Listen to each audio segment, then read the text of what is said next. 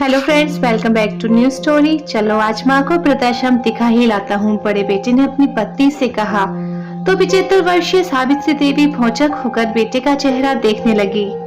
बेटे के चेहरे पर गंभीरता थी। बोला, माँ एक नया वृद्धाश्रम बना है, जल्दी से तैयार हो जाओ। आज आपको वहाँ की सब सुख सुविधाएं दिखा लाता हूँ। कोई कमी हो तो आप बता देना, फिर कल तो जाना ही है। जब छोटे बेटे ने भी बड़े की हाँ में हाँ मिलाई तो उन्हें और भी घोर आश्चर्य हुआ। सावित्री देवी को विश्वास नहीं हो रहा था अपने कानों पर। मुझे वृद्धाश्रम भेजा जा रहा है। क्या हुआ जो कभी कभी गुस्से में मैं बोल देती हूँ कि नहीं अच्छा लगता मेरा बोलना, तो वृद्धाश्रम भेज दो मुझे। इसका मतलब क्या ये लोग सच में मुझे वृद्धाश्रम भेज देंगे? क्या ये वही बेटा है जो परिवार के कठिन समय में कहता था, माँ बस एक बार पैसा कमाना शुरू करने दो मुझे, देखना फिर आपको कभी काम करने की जरूरत नहीं पड़ेगी, दुनिया भर के सारे आराम दूंगा आपको। बड़े बेटे की ये बातें सुनकर छोटा भी अपनी तुतलाती जवान में बोलता, ओल में भी। बेटों की इन बातों को सुन सुनकर सावित्री देवी निहाल हुई जाती और फिर दुगनी ऊर्जा के साथ काम में जुट जाती। आज उन्हीं बेटों का दोहरा चेहरा सामने आ रहा था। मदन गोपाल जी की मृत्यु के बाद सावित्री देवी ने अपने जीवन में बहुत ही कठिन परिस्थितियों का सामना करते हुए बहुत मेहनत से अपने चारों बच्चों को पढ़ा लिखा कर लायक बनाया था। आज दोनों बेटियां अपने अपने परिवार में सुखी थी।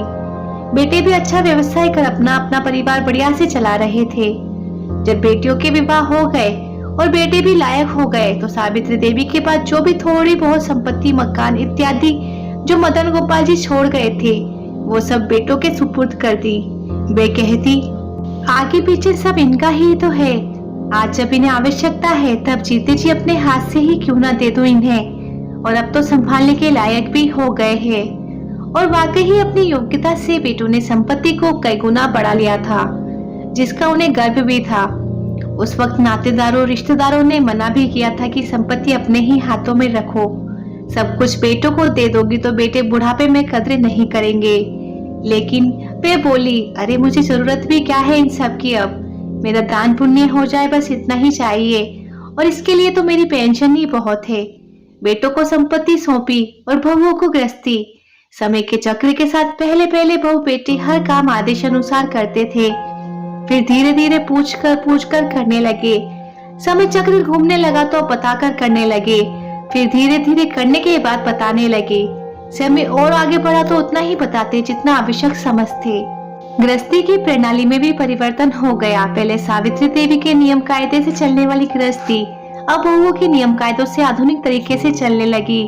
वे जब भी बीच बीच में कुछ बोलने का प्रयास करती तो उनका बोलना किसी को भी पसंद नहीं आता।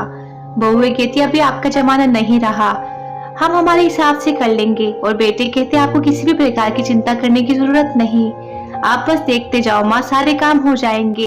कभी कभी कार्य प्रणाली को लेकर बहु बेटों से ज्यादा बहस भी हो जाती तो सावित्री देवी के आत्मसम्मान को बहुत ठेस पहुंचती।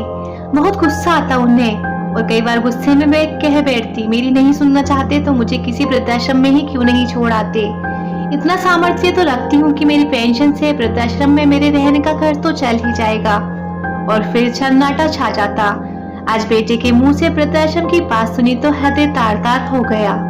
कभी नातेदार रिश्तेदारों की बातें याद आ रही थी तो कभी हृदय स्वयं की ही परवरिश पर प्रश्न चिन्ह लगा रहा था। बेटे ने पूछा, माँ चले? छोटा बेटा बोला, मैं भी चलता हूँ भैया, आप दोनों के साथ। कठिन परिस्थितियों से गुजर कर चट्टान की तरह मजबूत हुई सावित्री देवी अपने आंसुओं को चश्मे में ही समेटते हुए कार में जाकर बैठ गई। दोनों बेटे भी आ गए। कार में बिल्कुल शांति थी, लेकिन सावित्री देवी के हृदय में तूफान।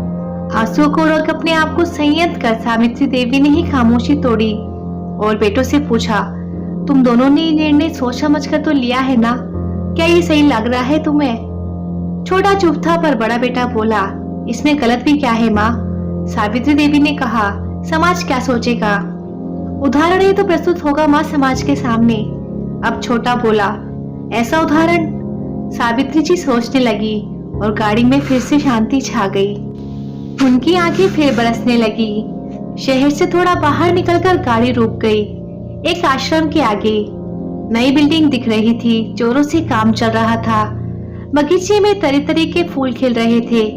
एक प्रतिमा भी लगी थी किसी की, जो कि कपड़े से ढकी हुई थी। इन तीनों को देखकर एक व्यक्ति लपक कर आया तो बेटे ने परिचय करवाया कि ये यहाँ के मैनेजर है, और फिर उससे कहा ये माता जी है, आप इन्हें आश्रम विजिट करवा कर सारी सुख सुविधाएं के बारे में बता दीजिए। मैनेजर सावित्री देवी को लेकर आश्रम घुमाने लगा और सारी सुख सुविधाओं के बारे में बताने लगा। साथ ही उन्हें यह भी बताया कि बुजुर्ग को अपने दैनिक उपयोग की वस्तुएं जैसे कपड़े इत्यादि भी लाने की जरूरत नहीं है, सब यहीं पर मिलेगा। इसके अलावा यदि किसी बुजुर्ग को इन सुविधाओं के अलावा भी कोई सुविधा लगेगी तो वो अलग से मुहैया करवा दी जाएगी। नियति को ईश्वरीय आदेश समझकर स्वीकार करने की अद्भुत क्षमता थी सावित्री देवी में। सो अब वो इस आश्रम में ही रहने का मन बनाने लगी। मैनेजर के साथ आश्रम घूम कर आई तो उन्होंने देखा दोनों बेटे आश्रम के ऑफिस में बैठकर कुछ लोगों से चर्चा कर रहे थे। सावित्री देवी को देख बेटे ने पूछा, कुछ कमी तो नहीं है ना माँ? कमी हो तो बता दो, पूरी कर देंगे। सावित्री देवी ने ना में सिर हिलाया। बोल नहीं फूटे उनके मुंह से और आंखें फिर से नम हो गई, परंतु उन्होंने नमी को चश्मे से बाहर नहीं आने दिया। एक आदमी ने मैनेजर को जाकर जानकारी दी कि बोर्ड 2 घंटे में आ जाएगा और शाम तक फिट हो जाएगा मुख्य द्वार पर। बेटा बोला, ठीक है मैनेजर साहब, आश्रम में रहने वाले सभी बुजुर्ग कल से ही आएंगे, तो हम भी कल ही आते हैं माता जी को लेकर। मैनेजर बोला, जी 11 बजे तक आ जाइएगा, 11:30 पर उद्घाटन है। तीनों घर को लौट आए। रास्ते पर शांति छाई रही। सावित्री देवी अपने कमरे में जाकर लेट गई और अपने नए जीवन के लिए मन को मनाने का अथक प्रयास करने लगी। रात का खाना भी जैसे तैसे गले से नीचे उतारा। पूरी रात करवट बदलते हुए निकल गई। सुबह उठी तो घर के सभी सदस्य बड़े उत्साह से वृद्धाश्रम जाने की तैयारी कर रहे थे। मन शोक से भरा गया। सोचने लगी, इतनी खुशी है इन लोगों को मुझे छोड़ आने की। सभी तैयार होकर निकलने लगे तो सावित्री देवी अपने लड्डू गोपाल जी की मूर्ति उठाने लगी। ये देखते ही बेटा बोला, नहीं माँ, घर के भगवान आश्रम नहीं जाएंगे, वहाँ पहले से ही मंदिर बना हुआ है। सावित्री देवी लड्डू गोपाल जी की मूर्ति की तरफ देखकर मन ही मन बोली, हे प्रभु, ये कैसे दिन आया कि तेरे ऊपर भी मेरा अधिकार नहीं रहा। खैर तेरी इच्छा। उन्होंने प्रणाम किया और चुपचाप कार में जाकर बैठ गई। पूरा परिवार बड़ी गाड़ी में बैठकर रवाना हो गया। सभी चहक रहे थे सिवाय सावित्री देवी के। सावित्री देवी सिर झुकाकर बैठी थी। बेटे की आवाज आई, उतरो माँ, आश्रम आ गया। वह गाड़ी से उतर ही रही थी कि 2 गाड़ियां और आकर रुकी। देखा उन्होंने तो दोनों गाड़ियों में बेटियां थी। लो, इन दोनों को भी बुला लिया। दुखी होगी मुझे वृद्धाश्रम में जाते देख, सोचने लगी सावित्री जी। जैसे ही सावित्री देवी गाड़ी से उतरी, आश्रम से 8-10 लोग उनके स्वागत के लिए आगे आ गए। आइए माताजी कहकर आदर पूर्वक अंदर ले जाने लगे। वह समझ नहीं पाई कि इतना सम्मान क्यों। पोता बोला, दादी माँ, एक बार आश्रम का नाम तो पढ़ लो। सावित्री देवी ने कहा, नाम से क्या फर्क पड़ता है? ये सोचते हुए उन्होंने अपना सर ऊपर उठाकर बोर्ड पर नजर डाली। बोर्ड पर लिखा था सावित्री देवी मदन गोपाल वृद्धाश्रम। उन्होंने एक बार फिर भौचक होकर बेटों की तरफ देखा तो दोनों खड़े खड़े मुस्कुरा रहे थे। बड़ा बेटा बोला, माँ, आप वृद्धाश्रम में रहने का नहीं बल्कि वृद्धाश्रम खोलने का सामर्थ्य रखती है। आज आपको इस वृद्धाश्रम का उद्घाटन करना है और पिताजी की मूर्ति का अनावरण भी करना है।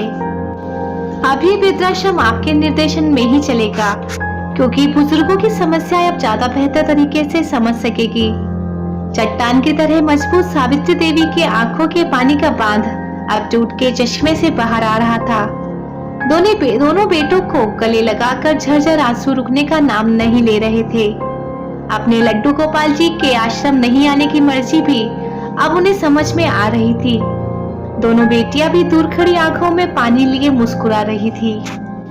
तो दोस्तों, ये थी हमारी आज की कहानी। अगर आप लोगों को ये वीडियो पसंद आई तो आप इसे लाइक कर सकते हैं, शेयर कर सकते हैं और ऐसी वीडियोस रोज देखने के लिए आप हमारे चैनल लाइफ लेसन स्टोरीज को सब्सक्राइब कर सकते हैं।